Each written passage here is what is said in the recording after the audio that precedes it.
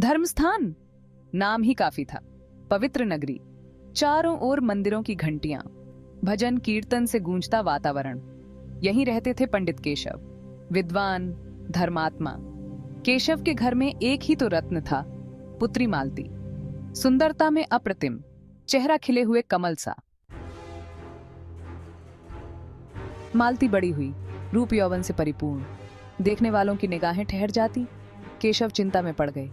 कन्यादान सबसे बड़ा पुण्य, परंतु योग्य वर कहां? एक दिन एक विद्वान ब्राह्मण आए। बोले, पंडित जी, आपकी पुत्री को अपनी बहू बनाना चाहता हूं। केशव खुश हुए, वचन दे दिया। कुछ दिन बाद एक धनी व्यापारी आए, फिर एक राजा का मंत्री। तीनों को केशव ने वचन दे डाला। एक दिन मालती बगीचे में थी। अचानक एक जहरीले सर्प ने डस लिया।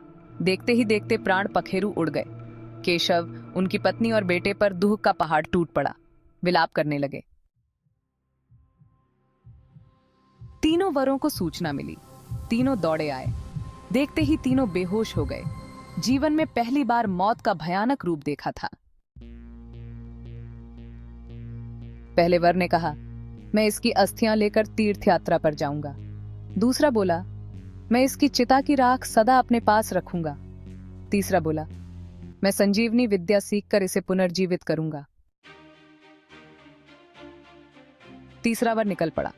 वर्षों तक कठोर तपस्या की।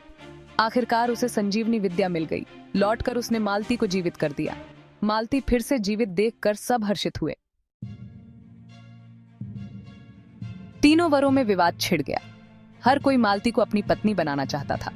मामला राजा के दरबार में पहुंचा। राजा ने सबकी बातें ध्यान से सुनी। राजा ने फैसला सुनाया, मालती को पुनर्जीवन तीसरे वर ने दिया है, अतः वही उसका पति होगा। प्रेमचंद कहते हैं, सच्चा प्रेम वही जो त्याग और समर्पण से परिपूर्ण हो।